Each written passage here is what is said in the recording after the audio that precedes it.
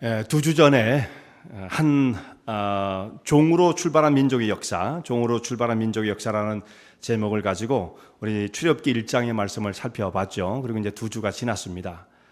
두 주 동안 다른 행사들이 있었는데요. 이스라엘 백성들이 어떻게 해서 가나안 땅에 살던 자들이 애굽 땅에 내려가서 정착하게 되었는가, 그 역사를 이제 창세기와 연결해서 출애굽기의 그 초반부를 함께 상고했습니다. 이들이 원래는 정상적인 모습으로 애굽에 내려왔지만 야곱의 후손들이 그 땅에 오래 정착하며 사는 동안에 신분이 변화가 되어서 애굽의 종으로 전락하고 말았던 것입니다. 종이 될 수밖에 없었던 것이 애굽을 다스리고 있는 바로가 이스라엘 백성들, 우리가 이스라엘 백성 혹은 히브리 민족 이런 식으로 표현을 하죠. 혹은 유대인 이렇게 다 비슷한 용어들입니다. 조금씩 의미는 달라도 결국 대상은 똑같은 대상이에요. 그렇게 용어를 쓰더라도 여러분 잘 이해하실 수 있기를 바랍니다. 이 히브리 사람들이 그 인구가 정말 폭발적으로 증가하는 것을 보면서 두려움을 가지게 되었습니다. 본토 사람인 애굽 사람들보다 이 이방에서 들어온 외국인들이 점점 이렇게 인구가 많아지면 나중에 우리가 이걸 어떻게 감당할 수가 있겠느냐, 저들의 인구를 조절을 해야 할 텐데 그럼 어떻게 해야 되겠느냐. 그래서 쓴 방법이 이들에게 심한 노역을 가하게 되었던 거예요. 그래서 토목공사를 하는 데에 이들을 동원하게 되었던 거죠. 예를 든다면 피라밋 같은 건데 피라밋을 세우지는 않았어요. 우리가 상상을 해보는 겁니다. 피라밋 같이 그 엄청난 토목공사죠. 거기 수십만 명이 동원되어지는 겁니다. 거기에 그런 것처럼 이 이집트에, 애굽에는 엄청난 토목공사들이 많았어요. 엄청난 문화를 자랑했던 그 대국이었고요. 그래서 이 성을 건축하는 일에 이스라엘 백성들을 동원해서 노예로 부리게 되었습니다. 그렇게 해도 인구가 줄지 않아요. 그러니까 그 다음에 썼던 방법은 이스라엘 사람들이 결혼을 해서 자녀를 낳으면 아들이면 무조건 죽여라. 아들이면 나일강 하수에 던져서 말하자면 악어의 밥이 되게 하는 거죠. 죽게 만들고, 딸을 낳으면 딸만 키워라. 딸은 노동력으로 필요 가치가 있으니까, 이용할 수 있는 가치가 있으니까 딸만 살려줘라. 이렇게 바로가 명령을 내리게 되었습니다. 이때에 레위 지파 가운데 한 가정에서 남자아이가 태어나게 되었습니다. 우리 잘 아는 대로 모세이죠. 모세의 부모는 이 아이가 태어난 것을 보고 그 아이가 아주 굉장히 그 특징적으로 예뻤던 것 같아요. 총명과, 아이들을 보면 그런 아이들이 있거든요. 다 똑똑하지만 특별히 또 그게 눈에 확 띄는 아이들이 있단 말이에요. 이 모세의 부모가 그 모세가 태어난 것을 보고 너무 아이가 지혜롭고 총명하고 아름다워서 다 자기 아이는 다 그렇게 보이겠지만 이 아이를 갖다 버릴 수가 없는 거예요. 그래서 3개월을 그 아이를 숨겨서 키웠습니다만 3개월이 지나고 난 다음에 계속해서 감출 수가 없었어요. 그랬다가 발각이 되어지면 부모의 생명, 또 옆에 있는 그 친지들의 생명도 위협을 당할 거라고 생각했기에 할 수 없이 이 모세를 바로의 명령을 따라서 나일강 하수에 던질 수밖에 없었습니다. 그런데 이때도 그냥 죽으면 죽는 거지 할 수 없다고 나일강에 훌쩍 던진 건 아니고요. 이때 그 모세의 부모들이 갈대 상자를 준비해서 안팎으로 역청과 나무진을 발랐다, 이렇게 말씀을 하고 있어요. 그래서 방수 처리를 한다, 물이 안 들어오게 하고 거기에다 아이를 집어넣고, 모세를 집어넣고, 아기를 아무데나 놓은 것이 아니라 갈대 에집트의 그 나일강에 무성한 갈대 숲이 있는 그곳에 떠내려가지 않도록 갈대 상자를 다 놓아두었습니다. 그것도 그냥 놓은 것이 아니에요. 시간과 장소를 잘 선택한 거예요. 만약에 얘가 빨리 발견되지 않으면 익사할지도 모르고 굶어 죽을지도 모르는 것이고, 정말 악어밥이 될지도 모르는 거고, 빨리 발견돼야 되는데 발견되었을 때도 이 아이를 살릴 수 있는 능력을 가진 사람이 발견해야 살릴 수가 있거든요. 그러니까 그것을 치밀하게 생각을 하는 겁니다. 기도하는 사람들은 그러는 거죠. 그러니까 일을 아무렇게나 하는 것이 아니에요. 케어하는 마음을 가지고 일을 주도 면밀하게 한 가지를 치밀하게 진행을 시켜야 일이 성사가 되어지는 것이지, 모르겠다, 하나님이 다 아시는 일 우리는 몰라, 이렇게 하면 안 됩니다. 이 사람들은 최선을 다했어요, 부모들이. 그래서 아이를 적절한 장소에 적절한 시간에 갖다 놓았습니다. 의도는 뭐냐면 애굽의 공주가 그 가운데로 목욕을 하러 나오는데 그에게 발견되고 싶어하는 마음이 있었던 것으로 보여요. 나중에 보면 다 그렇게 연결이 되어집니다. 그래서 바로의 공주가 하셉스투라는 여자인데 그 사람이 거기 와서 목욕을 하러 오다가 애기 울음소리가 나니까 가서 저 애를 알아봐라, 건져와라. 열어보니까 그 바스켓에 아이가 들어있는데 너무나 총명해 보이는 거예요. 그냥 악어밥이 되게 하기 너무나 아까운 거예요. 애굽 사람 입장에서 봐도 아이가 정말 어떤 그런 총기가 있어 보였던 모양이죠. 그래서 그 아이를 자기가 데려다가 키우게 되어집니다. 결국은 애굽의 공주의 아들로서 바로의 왕궁에서 왕자의 수업을 받으면서 이 모세가 성장을 하게 되었습니다. 나일강 하수에 던져서 죽을 수밖에 없었던 아이였지만 완전히 그 생이 완전히 급반전되어지는 거죠. 히브리 노예 출신의 그 아이가 애굽의 왕 바로의 궁정에서 왕자의 자격을 가지고 그 수업을 받으면서 성장을 하게 되었던 것입니다. 이제 세월이 많이 지났습니다. 40년이 지났어요. 40년. 이 40년 동안에요, 우리 성경에는 그 말씀을 하고 있지 않지만 40년 동안에 모세가 했던 일들이 역사서를 썼던 조세프스라고도 표현을 하고 우리 요세푸스 이렇게 부르는데 그 사람의 그 글에 보면 모세가 행했던 일들을 기록한 바가 있어요. 그런 것은 구전이라든지 어떤 사료들을 참조를 해서 썼을 거라고 생각합니다. 우리가 예수님의 시기보다 조금 더 후대의 사람인데 조세프스라는 사람이 이 역사를 쭉 유대 역사를 기록했거든요. 거기에 보면 이 모세 이야기가 거기도 등장을 하게 되어져요. 모세가 어떻게 성장을 하고 애굽의 궁정에서 무슨 일을 했던가, 그 사람이 군대를 이끌고 원정을 가기도 하고 이런 일들이 거기에 기록되어 있었어요. 기록되어 있습니다. 성경에는 40년이 그냥 훌쩍 건너뛰죠. 40년이 지나고 난 다음에 모세가 장성하고 오늘 우리가 읽었던 말씀부터 시작을 하면 그가 자기의 동족을 보기 위해서 자기의 형제들의 삶을 보기 위해서 나가서 그들을 만나고자 했습니다. 11절 보면 그렇게 되어 있죠. 자기 형제를 찾아갔다 이렇게 말씀하고 있어요. 곧 이것은 모세 자신이 히브리 사람을 자기 형제로 생각하고 있었다는 말이죠. 바로의 궁정에 자란 애굽 사람으로 성장한 사람이었지만 그의 마음속에는 나는 히브리 사람이다라고 하는 생각이 아주 뿌리 깊게 자리를 잡고 있었던 것입니다. 내 혈관 속에는 히브리인의 피가 흐르고 있어. 나는 아브라함의 후손이야. 이런 사상이 자기의 그 마음 밑바닥에 누구도 뺏을 수 없는 그런 모습으로 간직되어 있었던 것입니다. 그런데 여기 자기 동족을 보고 히브리 사람을 알아보고 그들을 만나고자 했던 이 모세의 동기가 무엇이었을까? 우리가 좀 그 부분을 생각해 보기를 원합니다. 자, 이것은 혈연, 나하고 피를 같이 나눈 사람이기 때문에 나는 그 사람에 이끌린다. 물론 이것이 대단히 중요합니다. 피를 같이 나눴다. 우리 한국 사람들, 같은 피를 나눈 사람들, 그 피가 서로 이끌리는 어떤 그런 마음을 가지고 있다. 충분히 우리가 그렇게 생각할 수가 있죠. 근데 모세도 그랬을까? 모세도 자기와 피를 함께 나눈 히브리 사람이기 때문에 그들과 함께 이렇게 유대감, 연대감을 느낄 수 있었을 것인가? 이것은 민족적 감정인가? 이렇게 생각할 수가 있잖아요. 근데 우리는 사실 그렇게 이 부분을 봐서는 안 됩니다. 그게 뭐냐면 유대인은 독특하다. 더 나가면 우리가 그렇게 생각해. 유대인은 똑똑하다. 걔들은 유전자가 달라. 한민족도 그래. 여기서 또 이렇게 슬쩍 우리는 올라타기를 하잖아요. 그죠? 유대인이 똑똑한 것 못지않게 한국 사람 똑똑하다. 우리도 유전자가 달라. 이런 식으로 막 나간단 말이에요.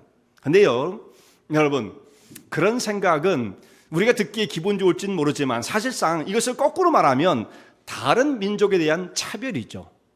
그죠? 다른 민족들은 우리보다 열등해, 바보 같아, 이렇게 생각하는 이게 굉장히 무서운 위험한 생각입니다. 그런 생각을 했던 사람들이 세상에 많은데 그런 생각을 갖게 되면 세상에 큰 공포가 오는 거예요. 아리안 민족이 제일 똑똑하다. 이 민족 외에 다른 사람은 다 하찮아. 이렇게 하면 히틀러 같은 사람이 나오는 거죠. 그렇게 생각하면 안 돼요. 그러니까 우리 인종적 편견을 버려야 돼요. 그러니까 유대인들이 뭐 우리보다 똑똑하고 DNA가 좋고 이런 것이 아니었어요. 모세가 그 동족을 찾았던 것은 나랑 피를 나눴기 때문에 그보다 더 중요한 게 있어요. 그것은 뭐냐면 나와 함께 하나님의 언약을 간직한 백성이라는 거예요. 유대인들은 혈연 공동체가 아니에요.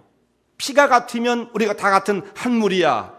이것보다 더 중요한 것은 하나님께서 주신 언약을 간직한 언약의 공동체라는 것입니다. 그것 속에서 유대감을 느끼는 거예요. 대단히 중요한 거죠. 우리가 여기서 왜 우리 한국 사람들이기 때문에 모였나요? 그것도 물론 중요하죠. 더 중요한 것은 우리가 하나님의 언약을 함께 나누고 소유한 자들로서 함께 예배를 드리고 하나님의 백성의 길을 걸어가는 자들이에요. 언약을 공유했다라는 것입니다. 이것이 모세의 심령 속에 간직되어 있었던 거죠. 근데 바로의 공주로 자라면서 어떻게 그것이 가능했을까? 그가 우리가 이 말씀을 다 읽지는 않았습니다만 앞에 2장 앞에 부분에 보면 나일강에 놓아두었을 때에 공주가 건져내고 아이가 우는 모습을 보고 동정심을 느꼈을 때 바로 누가 달려갑니까? 모세의 누나 미디암이 막 달려갑니다. 가서 한 말이 뭐예요? 이 아이의 엄마를 불러서 이 아이에게 젖을 주라고 할까요? 이런 얘기가 나오잖아요. 그러니까 그것은 다 의도되어 있었던 거죠. 온 가정이 합동작전을 했던 거예요. 이런 속에서 역사가 일어나는 거지. 모르겠다, 하나님이 알아서 하시는 일, 뭐 우리는 여기까지야 끝이야, 이렇게 해가지고는 주의 역사가 이루어질 수가 없어요. 케어하는 마음이 굉장히 중요해요. 여러분, 요셉이 케어한 사람이었죠. I don't care, 이게 제일 나쁜 거예요, 여러분. 제일 나쁜 겁니다, 그거. 혹시 그런 말을 안 쓰더라도 그런 사상이 정말 나쁜 거예요. 정말 악한 거예요. 아무것도 안 돼 그러면요. I will care. 내가 다 챙길 거야. 내가 다 하나씩 다 지켜볼 거야. 이런 마음을 갖는 성도들이 있을 때에 하나님의 역사가 이루어지는 거예요. 굉장히 중요한 문제예요. 난 몰라, 다른 사람이 알아서 하겠지. 절대 안 돼요 그러면요. 자, 이 가족이, 온 가족이 한 마음이 되잖아요. 그러면서 모세가 살아나게 되고 결국은 이게 이스라엘 역사를 바꾸는 일의 시작이 되어지지 않습니까? 대단히 중요한 거예요, 여러분. 여러분 성도님들이 한 사람 한 사람의 마음가짐이 이렇게 중요한 것입니다. 난 몰라, 다른 사람 알아서 하겠지. 여러분, 인생이 그렇게 되면 정말 그건 진짜 곤란해요. 진짜 곤란해요.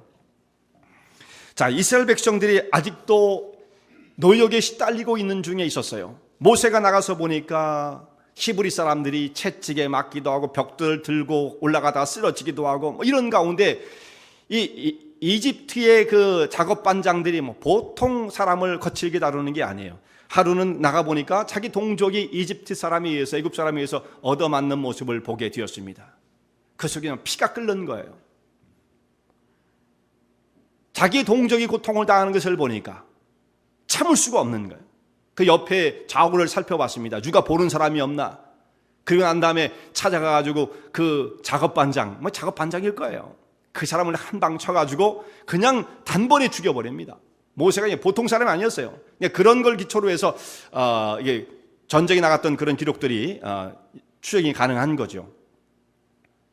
그래서 모세가 그 사람을 죽이고 난 다음에 땅에다가 그 사람을 파묻어 버렸습니다. 이건 뭐 무기를 쓴 것도 아니에요. 모세가 그런 아주 기골이 장대한 이런 아주 육친, 피지컬리도 굉장히 힘이 있었던 사람이죠. 이런 일들은 모세가 자기 신분을 어떻게 이해했는가를 분명히 보여주는 사건이에요. 자기가 애굽에서 자란 사람이고 애굽의 왕자다라고 자기를 그렇게 신분을 이해했다고 한다면 나 몰라라 했겠죠. 왜 자기한테 피해가 오는 일을 했겠습니까? 그러나 비록 왕궁에서 왕자의 수업을 받고 자랐어도 자기는 신분이 히브리 사람이다, 언약의 백성이라는 것을 분명히 깨닫고 있었던 것입니다. 이것이 그 미디암이 엄마를 불러다가 젖을 주게 할까요? 그렇게 해서 바로의 공주가 그 사람을 불러와라 해서 이 아이가 젖을 뗄 때까지 엄마 품에서 자랐거든요, 모세가. 그러면서 이제 엄마는 그 요게벳이죠.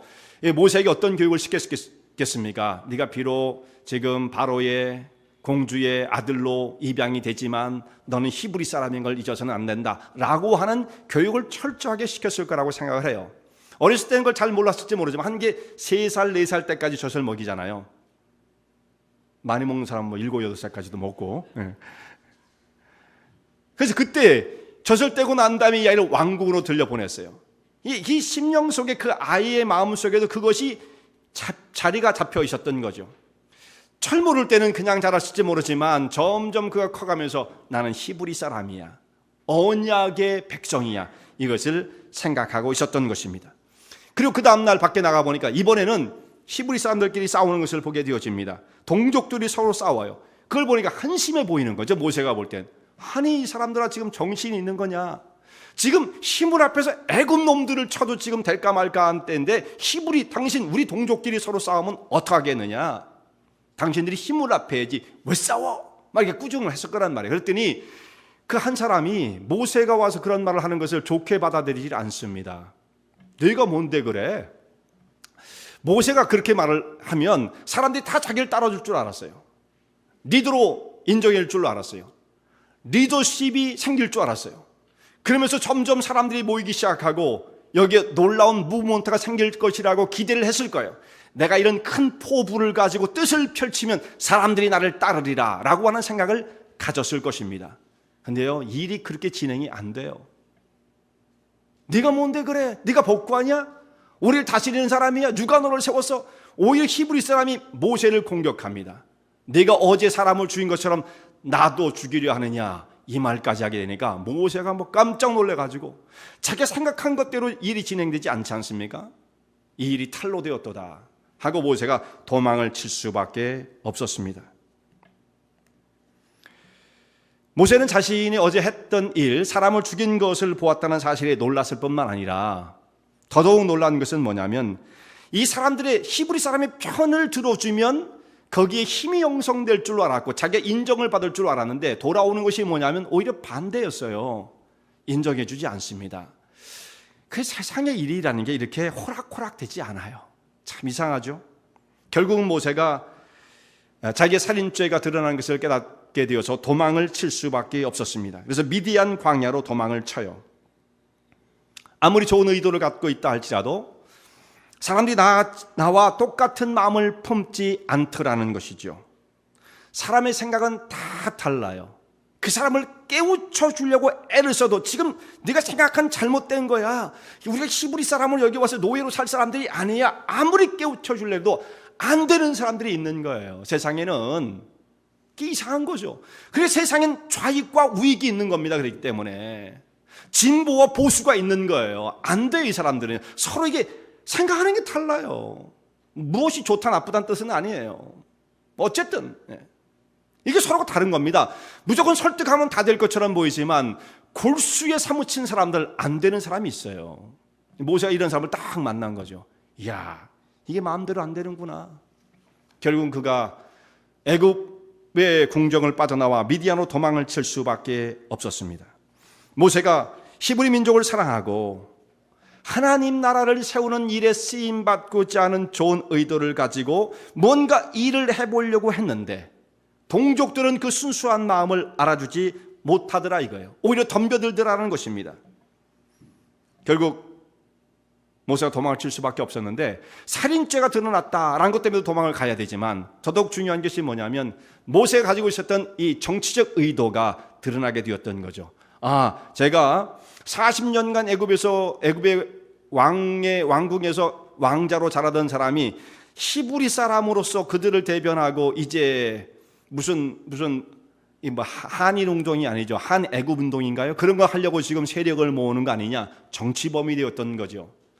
바로 입장에서 보면 이 모세 같은 사람이 가장 위험한 사람이죠. 권력을 갖고 있는 사람이 제일 불안한 게 무엇입니까? 누군가가 이 권력을 빼앗아갈 것이다. 나를 이 자리에 놔두지 않을 것이다. 권력을 가진 사람은 다 그런 거예요. 독재국가들은 그 독재자들은 그것으로 그렇게 시달린다는 거죠. 독재자가 좋은 게 아니에요. 누군가가 나를, 그러니까 민주적으로 된 사람들은 그것이 자리가 보장받으니까 별 문제는 없는데 독재국가는 언제 나를 반대한 세력이 일어날지 모른다는 생각 때문에 잠을 못 자는 거예요, 사실. 이 나라도 그렇겠죠. 모세가 언제 이 나라를 뒤집어 엎을지 모르겠다, 이런 생각을 하니까 모세는 그 싹을 잘라야 돼요. 그러니까 바로가 그를 잡아 죽이고자 했던 것이고요. 그를 피해서 모세는 미디안으로 도망을 쳤습니다. 미디안 광야로 도망을 쳤어요. 지금으로 말하면 아주 아무도 인적이 없는 산골짜기라든지 저 허벌판 사막으로 도망을 친 것입니다. 바로의 왕국에서 자란 사람이 궁중 생활을 40년간 했던 사람이 그것을 떠나서 이 사막 한가운데 가서 그 거친 들판에서 삶을 살아야 한다고 생각할 때 얼마나 고통스러웠겠어요. 자기가 의로운 일을 하고 자랑스러운 일을 한다고 생각했는데 결국은 도망자, 정치범이 되었다. 쫓기는 신세가 되었다. 정말 얼마나 고통스러운 일이 모세에게 닥쳐온 것입니까? 그가 쓸쓸히 사막의 우물 곁에 하루는 앉아 있었습니다. 오늘 우리가 읽었던 15절 말씀 보면 그렇게 딱 끝나죠. 그가 우물 곁에 앉았더라. 여러분, 성경이 이렇게 기록되어 있지만 우물 곁에 앉은 게 그렇게 중요하겠습니까? 그가 어디 앉았든지 이 앉아서 그냥 앉아있는 행동이 그렇게 중요한 거예요. 사실 여기서 암시하고 있는 바는 뭐냐면 우물 곁에 앉아서 모세가 어떤 생각 가운데 빠져 있을까를 사실 여기 연상을 하게끔 만드는 거예요. 성경은 디테일하게 딱 기록하지 않았지만 그것을 읽으면서 사람들이 이 모세의 심정과 교감할 수 있게끔 만들어 놓았죠. 모세의 심정이 어땠을까? 우물 곁에 나그네로서 거기 덜썩 주저앉아서 피곤하고 지쳐있고 도망자의 신세가 된 그 모세가 그 마음속에 어떤 마음이 교차되고 있었겠습니까? 하루아침에 자기의 신분이 완전히 급전되게 되었죠. 원래 물론 히브리 노예로 태어났던 사람이 애굽의 바로의 왕국에서 자라가는 왕자처럼 신분이 변했지만 또다시 그런 도망자의 모습으로 완전히 신분이 바뀌게 되어집니다. 내가 어쩌다가 여기까지 오게 되었을까? 왕궁에서만 생활한 사람이 거친 광야로 나왔을 때 얼마나 힘이 들었겠어요. 안락한 왕궁, 항상 파티가 있는 곳, 화려한 곳, 수행원들이 줄줄줄 따라다니는 그런 왕궁에 살던 사람이 그것을 다 떠나서 광야에 아무것도 없는 곳에서 자기 혼자 모든 것을 해결해야 할 그 땅에 쫓겨나게 되었을 때 얼마나 고통스러웠겠습니까? 아무도 없어요. 친구도 없어요. 외롭게 광야에서 거하는 신세가 되었습니다. 참으로 받아들이기 힘든 상황이었을 것입니다. 이것이 자기가 무슨 큰 실수를 범한 것이 아니었잖아요. 자기 나름대로는 의로운 일을 행하고자 백성들을 위하고 하나님 나라를 위하고자 하는 마음을 가지고 시작을 했지만 이 일이 여기까지 오게 되었습니다. 우물 곁에 앉아있는 모세의 생각 속에 이런 것들이 막 오고 가고 있었을 거예요. 이런 생각을 하지 않았을까요? 내가 그때 애굽 사람이 히브리 사람을 치든 말든 내가 왜 그때 나서가지고 그 애굽 사람을 아니면 죽이지 말든지 말리든지 아니면 못 본 척하든지 했었어야 할 터인데 내가 왜 거기까지 나갔단 말인가, 이런 생각도 해봄직하지 않았겠습니까? 의로운 일을 하다가 나는 왜 이렇게 고통을 당해야 되나? 내가 무슨 일을 잘못했나? 이게 모세의 마음속에 아무리 생각해도 답이 안 나오는 거죠. 내가 어떻게 행동하는 것이 그러면 합당했단 말인가? 이런 일들은요, 지금은 해결이 안 되는 문제입니다. 자, 어떤 우리가 상황 가운데 빠졌을 때에 모든 답을 갖고 있는 사람이 없어요. 처음부터 끝까지 다 해답을 갖고 있는 사람이 없어요. 그 해답을 갖고 계신 분은 오직 하나님 한 분이에요. 우리는 몰라요. 그것을 하나씩 깨닫게 되어지는 것은 언제냐면 모세가 이걸 언제쯤 깨닫게 되었겠어요? 40년이 지나고 난 다음에 하나님의 부르심을 받고 다시 애굽으로 돌아가서 이스라엘 백성들을 이끌어내는 그 자리에 섰을 때에 비로소 깨닫게 되었을 거예요. 내게 있어서 40년은 무엇을 의미했는가? 그때 가서는 그것을 깨달을 수 있었겠지만 도망자의 신세가 된 모세는 왜 이런 일이 나한테 벌어졌을까? 깨달을 수가 없는 거죠. 모세가 애굽에서 도망해서 미디안에 피신을 하게 되어지는데 이 미디안이라는 곳이요, 여기가 아브라함의 후손이 사는 곳입니다. 아브라함의 후손이 자, 아브라함의 후손하면 이스마엘을 낳았고 그다음에 이삭을 낳았죠. 이 두 아들만 우리가 생각하게 되어지지만 사라가 죽고 난 다음에 아브라함이 후처를 또 얻었어요. 그두라라고 하는 후처를 얻어서 거기에서 6 아들을 낳게 됩니다. 6 아들을. 상당히 노년에 그렇게 된 거죠. 그 6 아들 중에 미디안이라고 하는 아들이 있었어요. 그래서 아브라함이 죽기 전에 그 아들들에게 다 재산을 나눠주고 다른 곳으로 다 보냈습니다. 가나안 땅에 남은 사람은 이삭밖에 없는 거예요. 이스마엘도 떠났죠. 제일 먼저 떠났죠. 그리고 이제 언약의 자손이 이삭만 가나안 땅에 남고 나머지 아들들은 다 밖으로 보냈는데 그 중에 아들 미디안이 이 미디안이라는 곳에 와서 자리를 잡게 된 거죠. 그러니까 그 사람이 왔으니까 이게 미디안이 된 거예요. 그리고 미디안 이 제사장 출신 루엘이라는 사람이 이곳에 살고 있었습니다. 우물 곁에서 모세가 그런 회상 가운데 잠겨 있을 때에 목자들이 양을 물 먹이기 위해서 다가오게 되었고 그 중에 보니까 이 루엘의 제사장 가운데에 딸이 7명 있었는데 이들이 양의 물을 먹이고 물을 길러 왔 모습을 보게 되어집니다. 그랬더니 주변에 있는 불량한 이 사람들이 목자들이 나타나서 이 사람들을 갖다 내쫓는 거예요. 그래서 모세가 그걸 보고 이 불의를 보고 못 참는 사람이거든요. 도망자의 신세이긴 하지만 약한 사람이 고통당하는 것을 모세는 못 보는 사람이에요. 그래서 이 불량한 목자들 다 내쫓고 여자들 도와줍니다. 이런 과정들을 거치면서 결국은 루엘이 사위가 되어지고 그 중에 첫 딸인 십보라를 아내로 얻게 되어집니다. 그리고 이제 그 속에 어디 갈 데도 없는 사람이니까 루엘이 사위가 되어서 그 집에서 함께 거하고 양을 치는 사람이 되었습니다. 그리고 이제 아들을 낳았어요. 아들을 낳고 이름을 게르솜이라 했다. 성경 보면 그렇게 돼 있죠. 게르솜. 이 뜻이 타국에서 내가 객이 되었다라고 하는 뜻입니다. 타국에서 객이 되었다. 지금 애굽에서 살았다고 한다면 왕자의 대접을 계속 받고 살았을 사람이고, 아니 계속 더 살았다고 한다면 모세는 어떤 찬스가 있었던 사람이냐면 애굽의 왕이 될 수도 있는 사람이에요. 확실하진 않아요, 물론. 그건 이제 왕이라는 거 아무나 되는 게 아니니까, 물론. 근데 가능성이 없는 게 아니었어요. 왜 우리가 그렇게 추측을 하느냐면 모세를 건져낸 하셉수트라는 이 공주가 원래는 무남 동녀예요. 무남 동녀.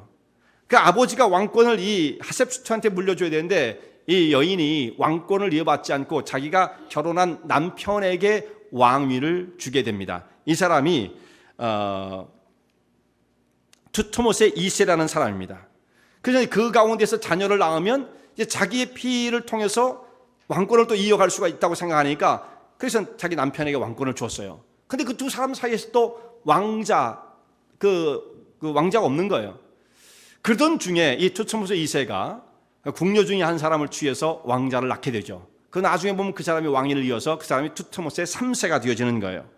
그러니까 이 하셉수라는 사람이 원래는 아버지로부터 물려받은 왕권이 있었으니까 이 남편이라든지 그 자기하고 전혀 관계없는 다른 사람이 왕이 되는 것을 못마땅하게 여겼다고 한다면 모세를 적극적으로 밀어서 애굽의 임금이 되게 할 수도 있는 찬스가 있었던 거예요. 아직은 결정된 바가 없죠. 그러니까 이 여인은 더더군다나 이렇게 양자가 필요했던 거예요. 자기가 자식을 못 낳으니까. 그래서 양자를 입양을 해가지고 모세를 귀중하게 자기 아들로 키워갔던 것입니다. 이렇게 권력의 핵심에 있었던 사람이 모세였던 거예요. 그가 이제 왕궁에 있던 사람이 이 광야로 쫓겨나와서 나그네가 되었을 때 자기 신세가 정말 너무나 바뀌게 되어지지 않았습니까? 그래서 자기의 아들의 이름을 게르솜이라 지었다. 게르솜. 괴로운 어떤 그의 심정을 표현하고 있는 것인데요. 이게 뜻이 뭐냐면 나그네라고 아까 말씀드렸지만 정확하게 말하면 추방자예요. 추방자. 이방 땅으로 추방을 당한 사람, 그런 뜻입니다. 여기에 모세의 깊은 탄식이 배어 있는 이름입니다. 그래서 이 나그네의 탄식이에요. 여기 이게 어디서부터 이게 시작됐습니까? 우물 곁에 앉았을 때의 그 모습부터 해서 쭉 이어지는 모세의 40년간의 생활이 정말 나그네의 탄식을 하는, 한숨 짓는 생활이 될 수밖에 없었다는 말씀이죠. 그리고 이제 시간이 지나요. 그러던 중에 이제 모세를 찾아 죽이려고 했던 바로가 죽게 되어집니다. 애굽의 바로는 죽고 다시 세대 교체가 이루어지게 되었어요. 그러나 애굽에 살고 있는 이스라엘 백성들의 형편은 조금 더 나아지지 않았습니다. 아직도 성을 쌓는 일에 동원되어 죽을 고생을 하면서 살고 있었습니다. 이들이 부르짖는 탄식이 하늘 보좌 위에 상달되어서 하나님께서 들으신 바 되었다. 성경에서 그렇게 말씀을 하고 있습니다. 하나님께서 이들의 부르짖음과 탄식을 들으시고 이들 조상과 맺은 언약을 기억하셨다라는 말씀이 나와요. 자, 우리가 읽지 않았던 말씀인데요. 자, 출애굽기 2장 마지막 부분을 여러분 한번 보세요. 마지막 부분 23절 말씀을 여러분 한번 보시기 바랍니다. 거기서부터 제가 말씀을 읽어보겠습니다. 23절, 24절, 25절인데요. 여러분 눈으로 한번 따라오시길 바랍니다. 여러 해 후에 애굽 왕은 죽었고 이스라엘 자손은 고역으로 인하여 탄식하며 부르짖으니 그 고역으로 인하여 부르짖는 소리가 하나님께 상달한지라. 막 부르짖었죠. 그리고 난 다음 24절, 하나님이 그 고통 소리를 들으시고 아브라함과 이삭과 야곱에게 세운 그 언약을 기억하사, 그 언약을 기억하셨다는 것, 여러분 이건 마크를 해놓으셔야 돼요. 마크를. 너무 중요한 거니까요. 성경에 이런 데 마크가 안 돼 있는 분들은 성경을 제대로 읽는 게 아니에요. 마크를 해놓으셔야 돼요. 예, 자기 성경책이라면 마크를, 하이라이트를 꼭 해놓으셔야 됩니다. 언약을 기억하사, 그 다음에 25절, 이스라엘 자손을 권념하셨더라. 이 권념이란 말도 마크를 해놓으시길 바랍니다. 이 두 가지, 언약을 기억하시고 이들을 권념하셨다. 이 말씀 우리가 함께 생각을 해보겠습니다. 언약을 기억하셨다고 그랬는데 누구와 맺은 언약이라고 말씀하고 있어요? 아브라함과 이삭과 야곱이죠.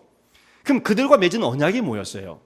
창세기 쭉 계속 반복해서 한 번 언약을 한 번 맺지 않으세요? 하나님께서 잊어버릴 만하면 또 와서 맺으시고 잊어버릴 만하면 또 상기를 해주시고, 그래서 이들이 잊을 수 없는 언약을 아브라함에게도 이삭에게도 야곱에도 계속 거듭 확인을 시켜주십니다.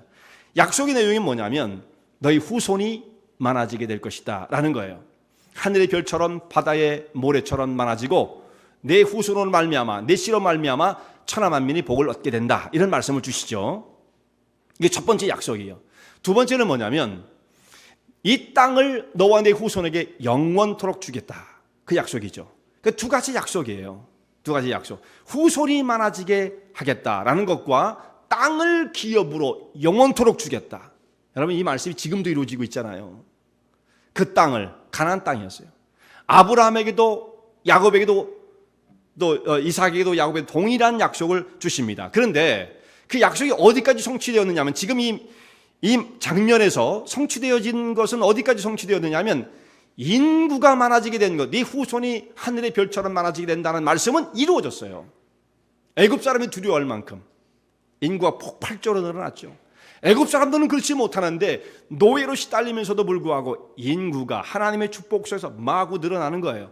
이거 굉장히 중요한 겁니다. 우리도 아이를 딱 하나만 낳고 둘만 낳고 너무 그렇게 냉정하게 살지 마시고, 좀 우리 좀 많이 낳아야 돼요. 많이 낳아야 돼요. 그래서 자녀가 많아진다는 것, 이 축복이 하나 이루어졌는데 아직 한 가지 이루어지지 않은 게 있어요. 그게 뭐냐면 땅을 기업으로 영영토로 주겠다. 이것은 안 이루어졌어요. 애굽에 와서 종살이를 하고 있는데 땅이 한 평도 없는 거예요. 이 약속을 성취시켜야죠. 이것이 이제 앞으로 출애굽을 통해서 이루어지게 되어지는 것입니다. 하나님께서 이스라엘 백성들에게 주신 언약을 기억하셨다. 이게 중요하죠. 아까 이스라엘 백성들이 어떤 공동체라고 말씀을 드렸습니까? 혈연 공동체? 그건 아주 기초적인 거예요. 뭐 한 20, 30%밖에 안 되는 것입니다. 더 중요한 건 이들은 언약 공동체였다라는 거예요. 그리고 마지막 절에 하나님 이스라엘 자손을 권념하셨다. 그 언약을 기억하사 이스라엘 자손을 권념하셨다라고 말씀하고 있죠. 이 권념이란 말이 우리는 한 단어로 표현되어 있지만 개역 개정은 좀 바꿨더라고요. 너무 어려운 말을 썼고요. 또 원문에 안 맞게 사실상 번역을 한 겁니다. 이게 원래는 두 단어예요. 두 단어. 첫 번째는 뭐냐면 하나님께서 보고 계셨으며, 이 본다라고 하는 동사 하나를 쓰셨고, 또 하나 이어서 어떤 동사를 쓰냐면 알고 계셨다라는 것입니다. 보고 계셨고 알고 계셨다, 이렇게 표현을 해야 맞는데 그걸 어렵게, 아주 무섭게 어려운 용어를 썼어요. 권념하셨다. 우린 무슨 말인지 잘 모르는데 말이지 이걸. 그냥 하나님 생각하고 계셨다 정도인데 그 정도가 아니에요. 늘 보고 계셨고 그들 알고 계셨다라는 말씀이에요. 그러니까 이스라엘 백성들이 지금 고통당하는 이 순간에만 하나님께서 번쩍 쟤들이 고통을 당하는구나 이렇게 아신 것이 아니고 이들이 400년 그 가운데 생활하는 모든 모습을 하나님은 지켜보고 계셨다. 그들의 상황을 항상 알고 계셨다. 그들과 함께 동행하신 분이셨다라는 말씀입니다. 하나님은 한 번도 정말 우리를 외면하거나 눈을 떼시는 법이 없는 분이에요. 우리는 하나님에 대해서 그렇게 생각하지 못하고 살아가지만 하나님은 항상 하나님 백성들, 언약의 백성들이죠. 그들을 지켜보고 계시는 분이십니다. 정말 불꽃 같은 눈으로, 건성으로 하시는 분이 아니에요. 이스라엘 백성들의 형편을 다 알고 계십니다. 하나님께서 이사야를 통해서 이런 말씀을 주시죠. 어찌 여인이 젖 먹는 아이를 잊겠으며 자기 태에서 난 아들을 잊을 수가 있겠느냐. 혹시 그런다 할지라도 나는 너희를 잊지 않을 것이다. 이사야서 49장 15절 말씀이에요. 우리 사람들이 어떻게 자기의 아들과 자기의 젖 먹는 아이를 잊을 수가 있겠습니까? 다 커도 못 잊어요. 다 커도. 근데 어린아이를 어떻게 잊겠어요? 근데 만약에 그런 일이 벌어진다 할지라도 있을 수 없는 일이죠. 하나님은 더더욱 하나님 백성들을 잊지 않을 것이다 라고 말씀하십니다. 내가 그들을 내 손바닥에 이름을 새기고 그들을 기억할 것이다 라고 약속하십니다. 그런데 이렇게 우리를 불꽃 같은 눈으로 쳐다보시고 지키시겠다고 약속하신 말씀을 대할 때 우리가 어떤 생각이 드느냐면 이런 생각이 들어요. 하나님 그렇게 지켜주셨으면 왜 이스라엘 백성들은 애굽 땅에 가서 그렇게 억울하게 종살이를 해야 돼요? 왜 우리는 여기서 환난을 당하고 왜 이렇게 일이 잘 안 돼요? 안 풀려요? 이런 의문을 갖게 되어지잖아요. 이스라엘 백성만 생각해도 그렇잖아요. 왜 400년간 억울하게 타민족의 압박을 당해야 돼요? 왜 모세는 광야로 쫓겨가서 도망을 쳐야 돼요? 막 이런 의문들이 일어날 수가 있지 않습니까? 지금은 답이 없다라고 했어요. 지금은 답이 없다. 그런데 하나님의 섭리와 계획 속에서는 그 모든 인간의 상황과 지혜를 넘어서고 뛰어넘는 하나님의 섭리가 있었다라는 말씀이에요. 당하는 사람은 몰라요. 자, 이들이 400년간 이스라엘 백성들이 애굽에서 종살이를 하면서 400년이 있어야 될 이유가 사실 나중에 지나면 알게 되어집니다. 가나안 땅의 형편이 아직 준비가 안 됐어요. 이들이 가나안 땅에 들어갈 수 있는 가나안 땅의 형편이 아직은 때가 차지 않은 거예요. 그러니까 때가 차야 돼요. 우리가 보면 400년이면 너무하잖아요. 우리 생각이죠. 하나님께서 400년, 1000년이 하루 같은데 그거 뭐 아무 시간도 아니에요. 사실 하나님께서는 때가 차야 돼요.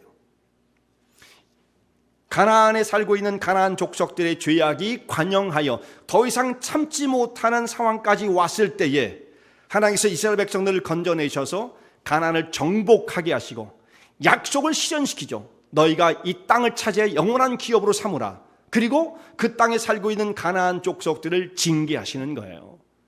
이걸 뭐라고 그래요? 일석이조라고 그래요. 일석이조. 한 번 하나님께서 행하신 일이 이와 같은 것입니다. 근데 그것을 아직 깨닫지 못할 때에는 왜 우리가 여기서 고통을 당해야 되나? 왜 억울한 종살을 해야 되나? 하나님 우리를 잊으셨나? 우리를 왜 건져주시지 않으시나? 이런 생각을 하게 되어지는 것입니다. 모세가 태어났던 80년 전의 상황을 여러분 한번 생각해 보세요. 그때도 히브리 사람들은 핍박 속에 억압을 받으면서 성 쌓는 노예의 생활을 했습니다. 80년이 그냥 지나가는데도 하나님은 그냥 놔두십니다. 하루가 우리는 하루가 천년같이 느껴지는데 하나님은 그냥 기다리시는 거예요. 왜 그래요? 하나님이 쓰실 만한 사람으로 모세가 세워지기 전에는 쓰실 수 없는 거예요. 그가 연단을 통해서 하나님의 사역을 감당할 수 있을 만큼의 분량으로 믿음의 역사를 이룰 수 있는 자로 장성해서 성장하지 않으면 그 사람을 사용할 수 없습니다. 그러니까 한 사람을 키우는데 하나님은 80년의 세월을 사용하시는 거예요. 사람이 이렇게 중요합니다. 그러니까 인원도 중요하지만 그 중에 정말 그런 리더십을 갖는 하나님 마음을 깨닫고 있는 사람이 세워지게 되면 민족의 역사가 달라지게 되어지죠. 그러니까 80년이 중요한 게 아니에요. 사실은 어떤 사람이 그 세월을 통해서 세워졌느냐 이게 중요하죠. 80년 땡겨진들 만약에 그 역사를 못 이룬다면 무슨 소용이 있겠어요? 더 중요한 것은 하나님의 의도하신 바가 이루어질 수 있느냐의 문제였던 것입니다. 그러므로 하나님께서 모든 역사를 운행하시는 역사의 주관자이십니다. 여러분, 세계의 역사는 작은 일을 만나서 탄식하고 무너지고 좌절하는, 우물 곁에 앉아서 깊은 한숨을 쉬는 연약한 사람의 손에 붙들려 있질 않아요. 이 온 우주의 역사, 이 땅의 역사를 하나님의 역사를 주관하신 전능하신 하나님의 손길 가운데 달려 있는 것입니다. 지금 세상에 진행되는 그 모든 일들이 사람의 뜻대로 되어지는 것처럼 혹시 그렇게 해석하는 사람이 있을지 모르지만 그렇지 않아요. 하나님의 뜻을 따라 역사의 수레바퀴를 주님은 운행하고 계시다라는 말씀입니다. 그래서 모든 소망이 다 끊어진 것처럼 보이는 그 순간이라 할지라도 하나님의 백성들이 언약을 간직하기만 하면, 이게 제일 중요한 거예요. 믿음을 간직하기만 하면, 그 언약 안에 거하기만 하면 하나님께서는 그 언약을 기억하사 그들을 권념, 너무 어렵죠, 그들을 보시고 알고 계신다라는 말씀입니다. 모세와 같은 경우도 하나님을 향해서 정말 한탄할 수가 있었죠. 하나님, 내가 민족을 위해서 이런 일을 좀 해보려고 했는데 어찌하여 제 마음을 알아주지 못하셨습니까? 라고 생각할지 모르지만 조급한 마음을 가질 수는 없어요. 가져서는 안 돼요. 그 상태로 모세를 하나님께서는 쓰실 수가 없으셨습니다. 하나님의 때를 조용히 생각하고 기다리고 준비하며 자기를 성장시키는 삶을 살아가야 돼요. 그러니까 이때 가장 필요한 게 뭐겠어요? 환난이 왔을 때 하나님께서 마치 우리를 구원하지 않는 것처럼 보일 그때 가장 필요한 게 뭐겠어요? 그게 믿음이에요. 믿음의 과정을 통해서 연단이 되어지고 더 강해진 사람으로 정같이 나오게 되어지면 그 사람을 통해 하나님께서는 위대한 역사를 이루어 가시는 것입니다. 어떤 조그만 일을 만났다고 해서 여러분 좌절하고 짜증 부리고 인간적인 생각에 따라서 판단을 하고 집어쳐버리고 되는 거 하나도 없어요. 이러면요, 하나님 언약의 백성이라고 한다면 그 어려운 과정, 이 고통의 과정, 연단의 과정이죠. 이때 믿음으로 그 과정을 견뎌내는 것입니다. 그리고 하나님의 약속을 바라보는 거예요. 우리가 그것을 견딜 수 있는 것은 하나님의 언약의 약속을 바라보기 때문이에요. 이와 같은 믿음의 시련 속에서 끝까지 주님을 의지하고 하나님의 베푸신 은혜 가운데 나가신 주의 종들 되시기 바랍니다. 기도드리겠습니다.